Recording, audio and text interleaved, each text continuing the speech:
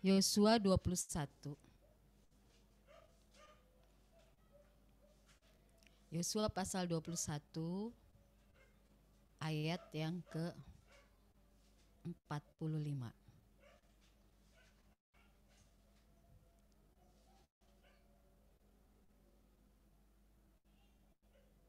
Yosua 21 ayat yang ke-45.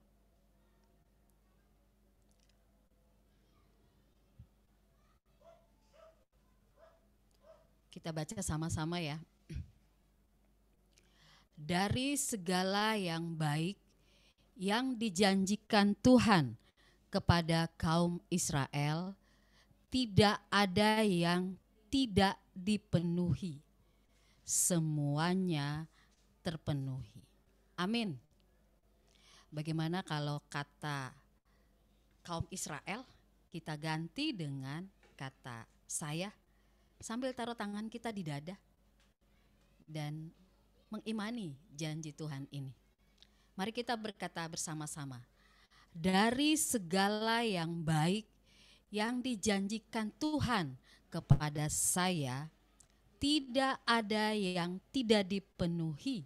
Semuanya terpenuhi. Amin. Katakan lagi buat keluarga kita.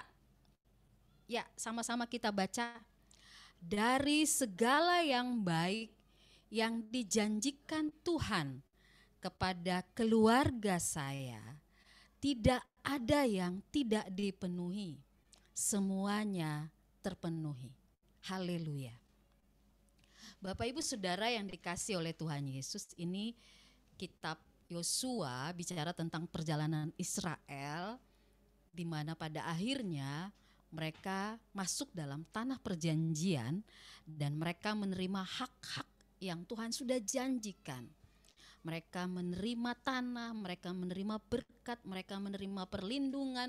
Ada kota-kota perlindungan untuk setiap suku, bahkan untuk kaum Lewi, dan janji Tuhan dinyatakan atas mereka.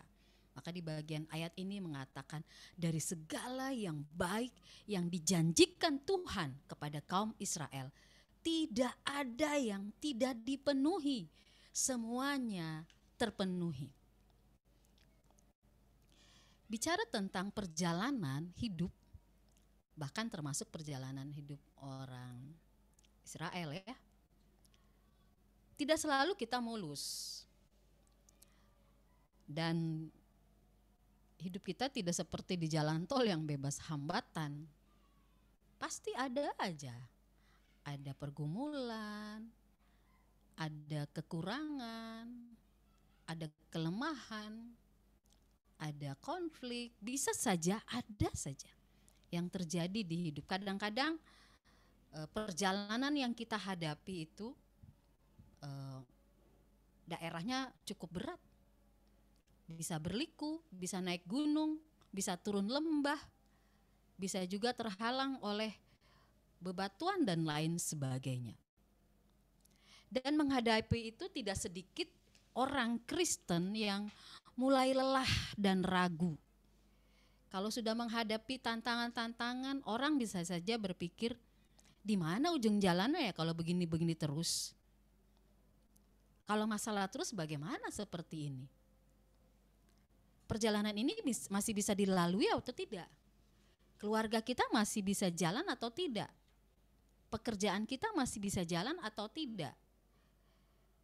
Dan bagaimana ketika kita sudah memperjuangkan sesuatu, kita merasa kita sudah hidup paling benar, kita sudah lakukan yang baik, tapi hidup kita sepertinya tidak sesuai dengan ekspektasi kita atau harapan kita.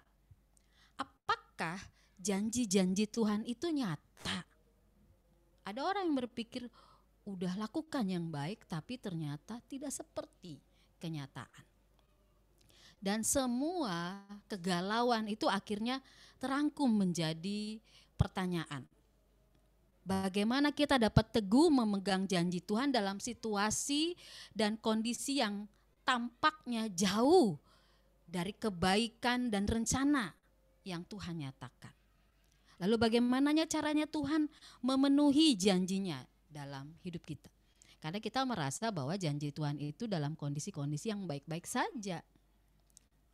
Dan kita merasa ketika kita ada di satu pergumulan, kesulitan, kesukaran, ketakutan, kengerian, kesedihan, kita merasa di situ sepertinya kita tidak sedang dijanji Tuhan. Padahal janji Tuhan itu tetap dan tergenapi, walaupun dalam situasi apapun. Satu hal yang perlu kita ingat dalam kehidupan kita orang percaya, Bilangan 23 ayat 19. Allah bukanlah manusia sehingga ia berdusta. Bukan anak manusia sehingga ia menyesal. Masakan ia berfirman dan tidak melakukannya, atau berbicara dan tidak menepatinya? Allah adalah Allah. Allah bukan manusia. Manusia bisa ingkar, manusia bisa tidak setia, manusia bisa batal janji. Tapi Allah tidak. Manusia bisa berdusta, bisa. Tapi Allah tidak. Allah bukanlah manusia. Titik. Itu yang perlu kita ingat. Itu yang perlu kita bangun di paradigma kita. Allah bukan manusia sehingga ia berdusta, dan bukan anak manusia sehingga ia menyesal. Masakan ia berfirman dan tidak melakukannya, atau berbicara dan tidak menepatinya? Itu bukan Allah. Allah itu dia berkata, dia berjanji, dia berfirman, dia lakukan, dia tepati, dia genapi. Tapi persoalan sebenarnya adalah kita tidak percaya. Biasanya kalau kita udah hadapi pergumulan yang berat atau masalah kita sepertinya lebih besar dari yang kita alami, itu kita ragu, kita khawatir dan lain sebagainya. Kita melihat gelombang laut tuh lebih tinggi dari kapal kita. Dan kita menjadi ya gimana ya, gitu-gitu terus, tidak ada perubahan. Bahkan orang lebih percaya kepada Mr. Google. Oh iya, apa kata Google dan lain sebagainya. Dan janji Tuhan sepertinya hanya bisa didapati ketika seolah-olah pada waktu senang. Padahal pada waktu kita mengalami gelombang kehidupan, justru di situ kita bisa menangkap janji Tuhan.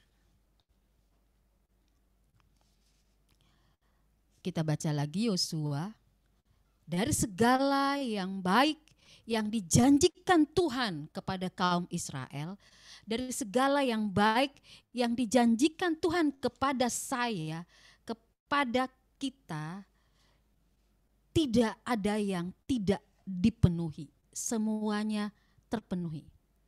Apa maksudnya tidak ada yang tidak dipenuhi? Semuanya terpenuhi.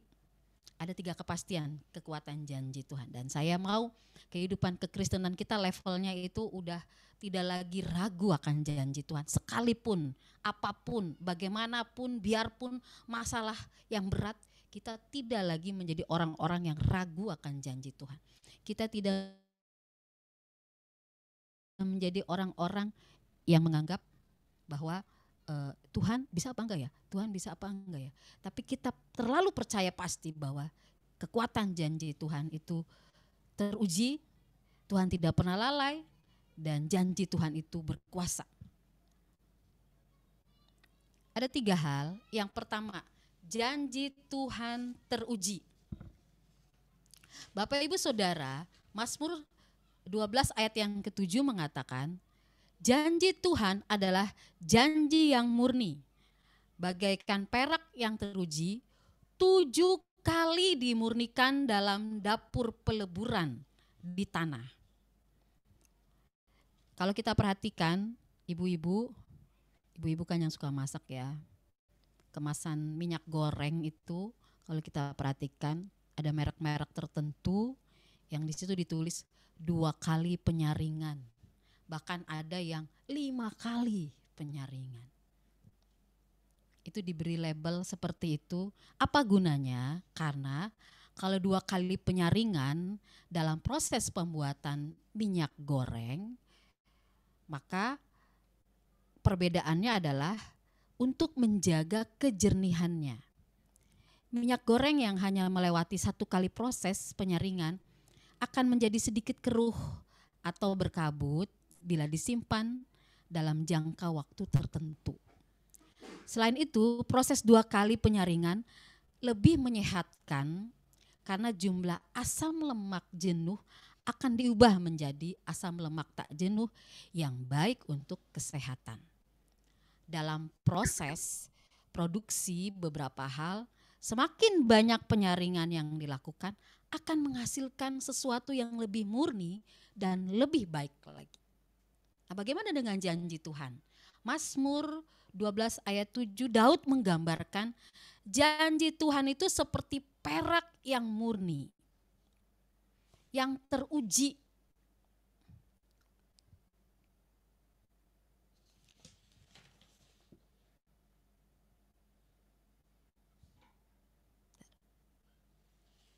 Yang teruji. Perak biasanya dilebur dalam dapur perapian pada temperatur yang sangat tinggi hingga mencapai 1200 derajat Celcius. Hal ini dilakukan dengan tujuan untuk memisahkan molekul perak dari senyawa logam lainnya supaya terjadi kemurnian. Dan Daud melukiskan janji Tuhan itu begitu sempurna dan teruji 7 kali pemurnian dalam peleburan. Dan angka 7 sendiri dalam Alkitab itu bicara tentang angka sempurna. Janji Tuhan itu murni, janji Tuhan itu sempurna. Dan Daud ingin menjelaskan bahwa janji Tuhan itu tidak ada yang diisi dengan hal yang kosong. Janji Tuhan itu tidak diisi dengan kebohongan atau dusta. Tidak ada yang diisi dengan asal-asalan atau hanya sekedar mudah-mudahan saja. Janji Tuhan tidak bernilai seperti itu. Tapi janji Tuhan itu pasti. Makanya saya kasih judul, janji Tuhan itu 100% pasti. Semua janji Tuhan itu mengandung kebenaran, mengandung kepastian yang mutlak. Dan saat Daud menuliskan Mazmur ini, dia berada dalam bahaya. Dia berada dalam kesukaran yang besar. Tapi lihatlah, betapa Daud memiliki keyakinan bahwa Allah pasti menolong dan meluputkannya. Sebagai manusia dia bisa saja lemah, dia bisa saja takut dan khawatir. Tapi dia pegang janji Tuhan, dia tahu pasti bahwa Allah akan menolong dan meluputkannya. Dan oleh karena itu apabila kita di tengah menghadapi kadang keraguan-raguan, benar enggak ya? Cukup enggak ya? Kita punya keraguan-raguan akan pertolongan Tuhan. Ingatlah bahwa janji Tuhan itu murni.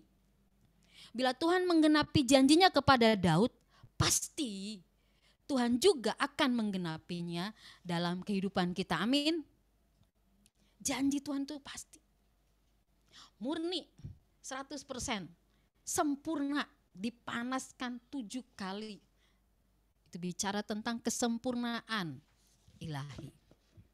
Jadi yang pertama, janji Tuhan. Saya buka slide-nya.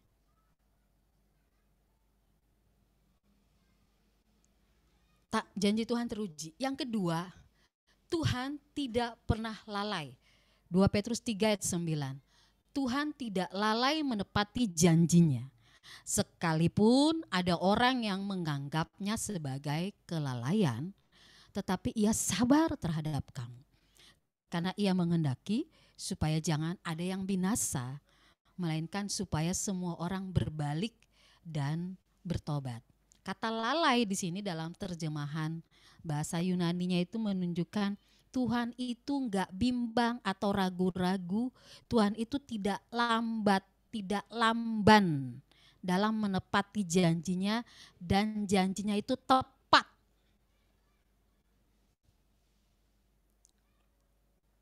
Ada kalanya kita menganggap lama sekali ya jawaban doa. Ada kalanya kita menganggap kok yang saya usahakan udah saya usahakan sedemikian rupa kok sepertinya nggak ada titik terang, udah deadline nih. Dan kita merasa bahwa kita udah berusaha tapi nggak tepat. Atau kita juga merasa jangan-jangan Tuhan tidak tepat. Bisa ada orang yang berpikir keliru tentang itu. Baru-baru saya mengalami sakit dari bulan Desember. Saya dikasih tanda bahwa ada masalah di perut saya karena USG. Saya jalani yang namanya proses pemeriksaan dengan BPJS. Lalu sekarang sistem di rumah sakit itu online semua, jadi serba online dan kuota terbatas. Jujur kalau saya mau ikuti waktu, saya rasa kayak lama. Seharusnya saya udah punya tindakan tuh bulan Januari. Dari Desember, kemudian Januari, lalu terakhir Januari disebut lagi Februari. Kalau mau hitungannya, aduh lama banget gitu. Bahkan kondisi tubuh saya yang makin lama cairannya makin bertambah. Kalau mau dilihat-lihat bahkan juga orang-orang bilang, kok lama banget sih dan lain sebagainya.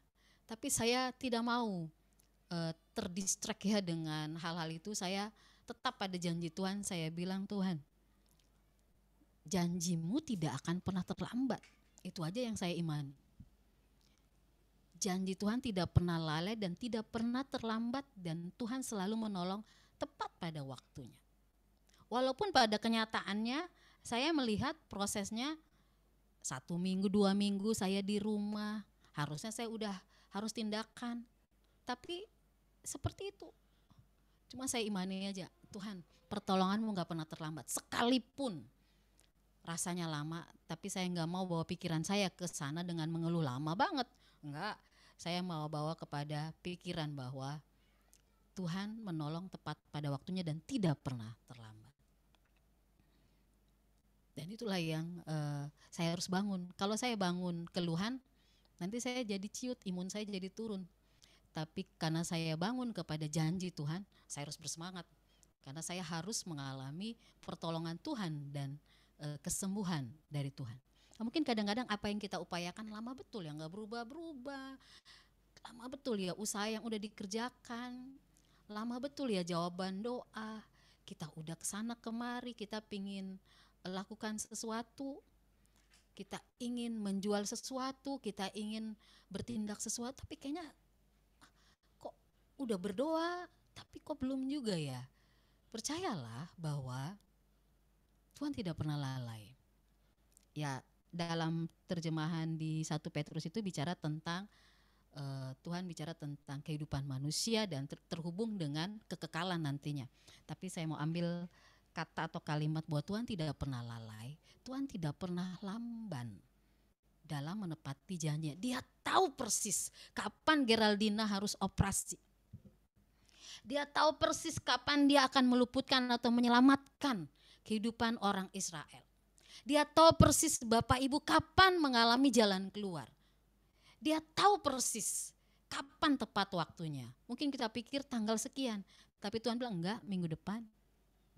Nah, kita kerap kali mengalami miss tanggal-tanggal itu ya. Oh, harusnya tanggal sekian nih, kok belum juga ya. Harusnya tanggal sekian, kok belum juga ya. Nah, seperti itu. Tapi sebenarnya kalau kita mau lihat dalam kacamata Allah, kita lihat secara luas, nanti kita akan bilang, oh pantesan. Nah, ketika saya menyadari tanggal operasi, oh pantesan. Kalau saya mulai di awal-awal Februari, COVID-nya lagi tinggi-tinggi. Oh pantesan. Jadi akhirnya saya memahami, oh pantesan. Dan begitu ada di ruang-ruang kamar-kamar di Darmais, ketemu dengan, ya biasalah orang-orang yang mengalami, kita ketemu dan saling menguatkan, orang Kristen, kita ketemu dengan satu dengan yang lainnya di kamar-kamar kita. Di situ langsung saya bilang lagi, oh pantesan.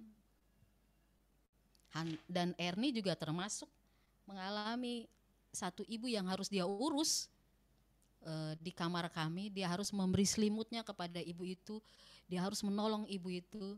Saya pikir-pikir ya semua tepat pada waktunya, supaya Tuhan juga bawa Erni ke pelayanan-pelayanan seperti itu. Jadi semua indah pada waktunya, pada akhirnya. Jadi percayalah, Tuhan gak pernah keliru. Janjinya pasti waktunya tepat. Jadi sabar aja. Tuhan baik dan dia gak sedang bercanda.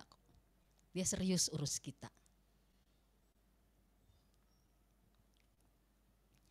Yang ketiga yang mau kita perhatikan lagi,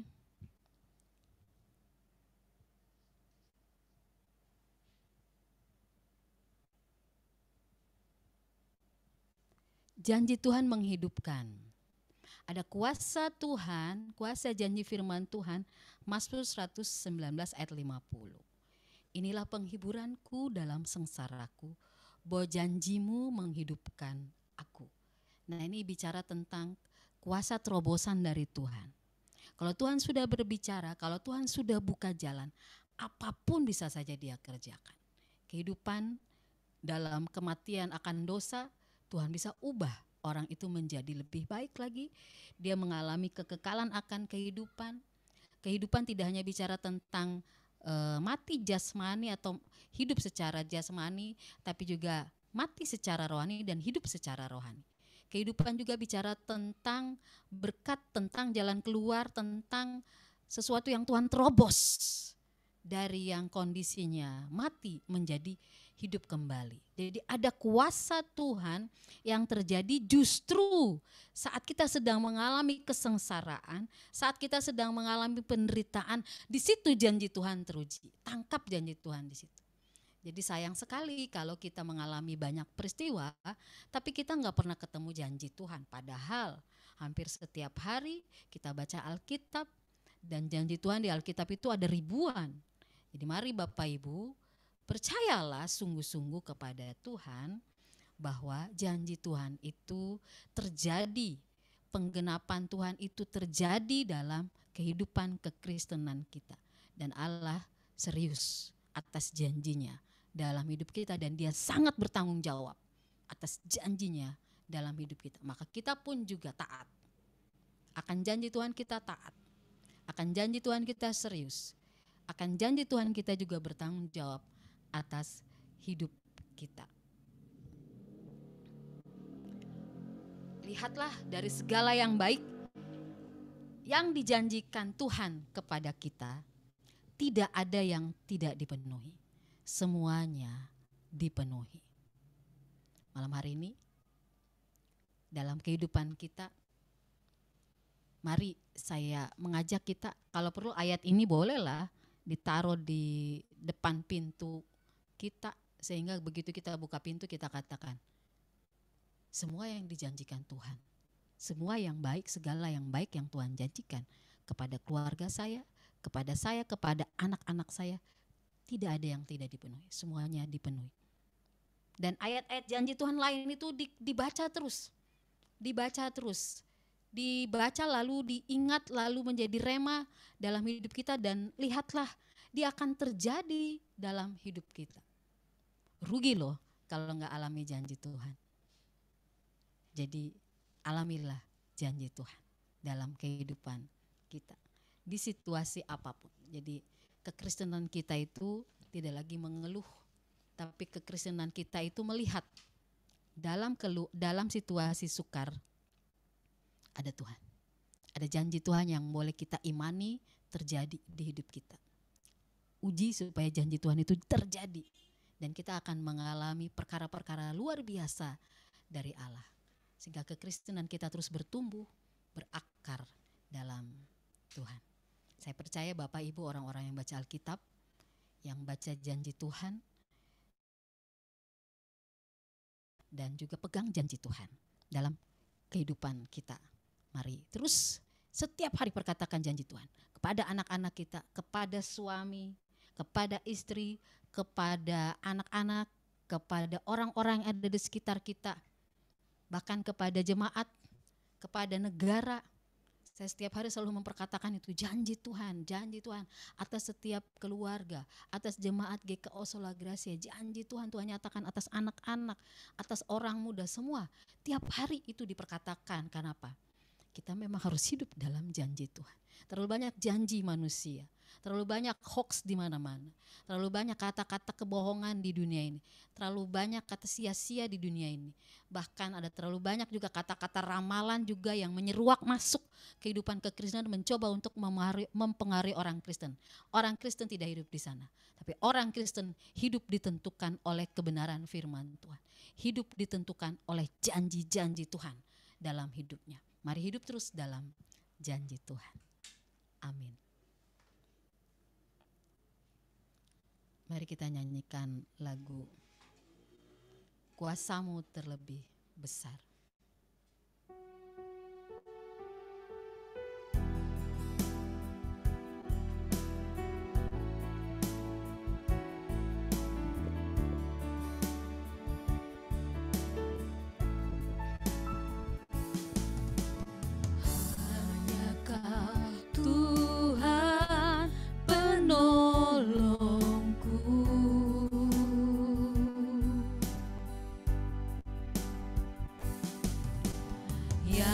Selalu setia bersamaku,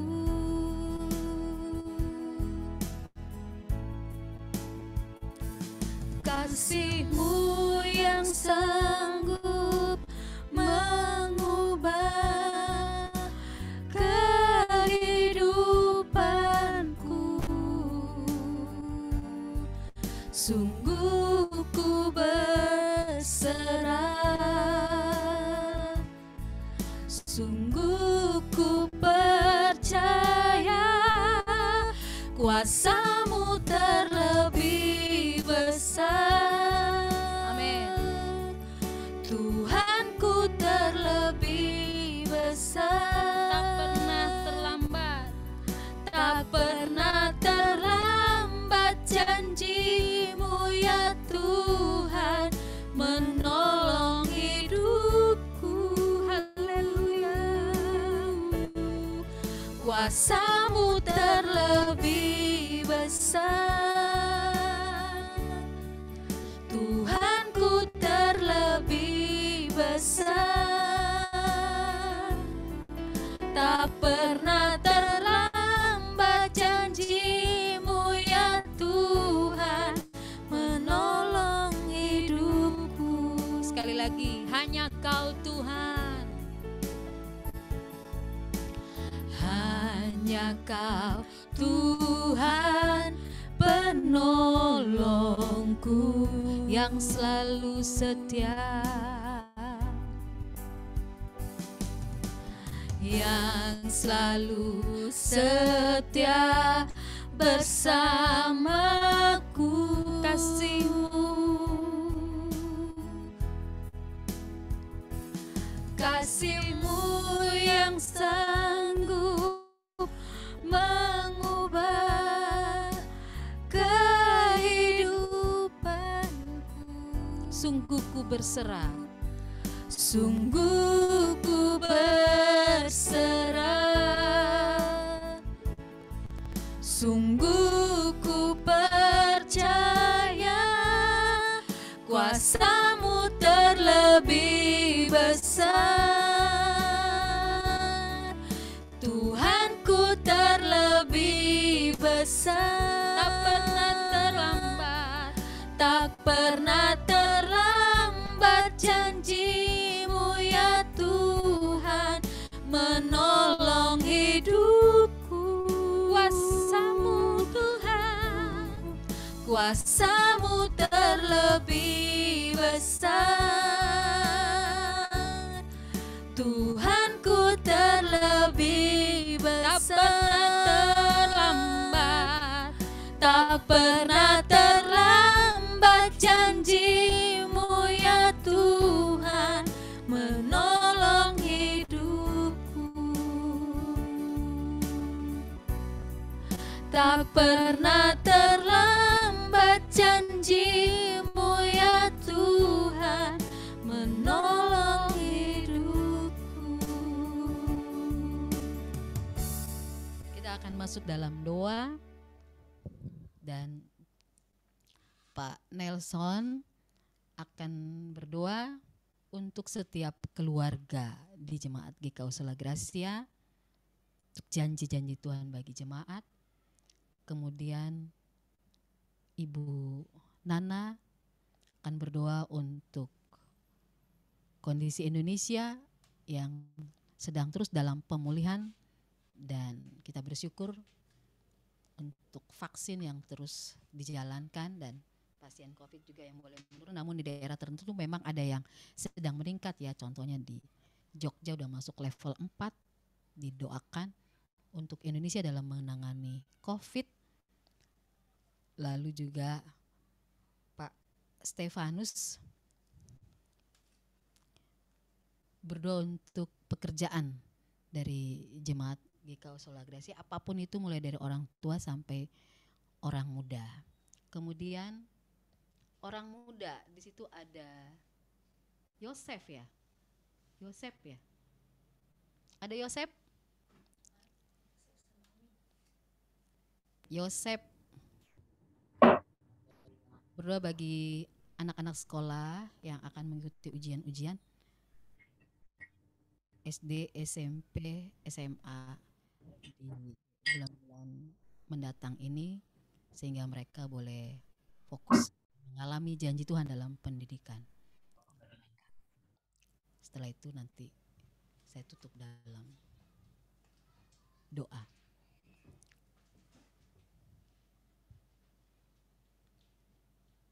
Ya, silakan.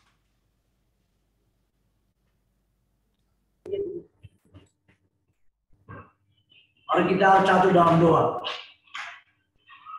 Allah Bapa dalam surga, di malam hari ini Tuhan, kami sungguh bersuka cita atas semua janji-Mu yang telah kami dengarkan lewat pesan yang disampaikan oleh hamba-Mu, Bu Pendeta Geraldina. Janji-Mu tak pernah terlambat Tuhan bagi kami.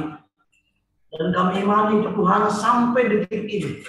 Itulah sebabnya kami selalu datang kepadamu, memohon pertolongan, memohon petunjuk, memohon kasih setia Tuhan, agar bagi kami setiap yang percaya dan berharap kepadamu, janji-Mu itu bagaikan emas murni yang teruji. Untuk itu Tuhan, kami memohon berkat-Mu, kami memohon janji-Mu tercurah bagi Ibu Pendeta Geraldina Zakarias, tercurah bagi hamba-Mu, keluarga-Ku juga Tuhan, sehingga apa yang Tuhan janjikan tergenapi dalam kehidupan kami. Dan kami buktikan itu Tuhan, Engkau sangat baik, Engkau sangat luar biasa Tuhan bagi kehidupan kami. Terima kasih ya Bapa di surga. Kami mohon juga Tuhan, agar janji-Mu juga Tuhan tercurah bagi keluarga Pak Denny Mangkai, bagi keluarga Pak Stefanus, bagi keluarga Ibu Diana Melumpil, bagi keluarga untuk Bapak Agus Lete, bagi keluarga Bapak Yohanes Zakarias. Ya Bapak, kami tetap percaya, kami tetap yakin bahwa Tuhan tak pernah meninggalkan kami semua ya Tuhan. Untuk itu ya Bapa di surga, malam hari ini Tuhan, kami keluarga-keluarga yang ada di malam puji dan doa saat ini, termasuk keluarga Pak Rein Tampu Bolon, Pak Lut Manulang, keluarga Ibu Pendeta Martinus Liu, ya Bapa di surga, mari kami mengundang Roh Allah bekerja dalam kehidupan kami, sehingga apa yang kami doakan selama ini Tuhan telah terjawab. Kalau belum terjawab, kami yakin dan percaya pertolongan Tuhan, janji Tuhan akan tergenapi, dan itu akan ada dalam kehidupan kami, keluarga lepas keluarga. Terima kasih ya Bapa. Segala puji hormat hanya bagi Tuhan. Sebab Engkau Allah yang tak pernah ingkar janji, yaitu Yesus Kristus namanya, yang kami sembah dan kami agungkan selama kehidupan kami. Glory, glory, haleluya. Dalam nama Yesus Kristus kami sampaikan doa kami ini.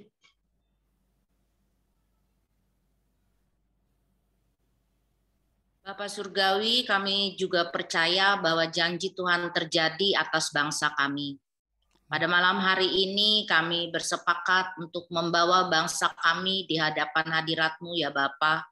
Kami percaya bahwa Engkau mengasihi Indonesia, Engkau juga punya rencana atas Indonesia, dan rancangan-Mu atas Indonesia adalah rancangan yang mendatangkan kebaikan, kemakmuran, kesejahteraan, keadilan.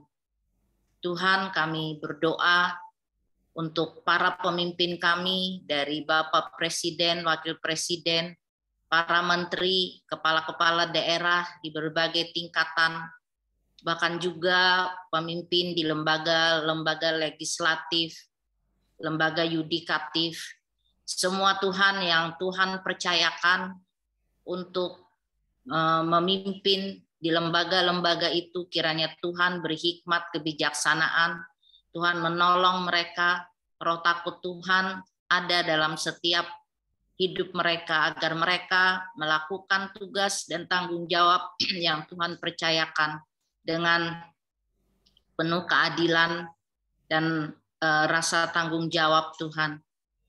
Khususnya buat anak-anak Tuhan yang Tuhan percayakan di berbagai lini, kami juga berdoa agar mereka boleh menjadi saksi dan bukti tentang kemuliaan Tuhan, tentang kedahsyatan Tuhan melalui profesi mereka.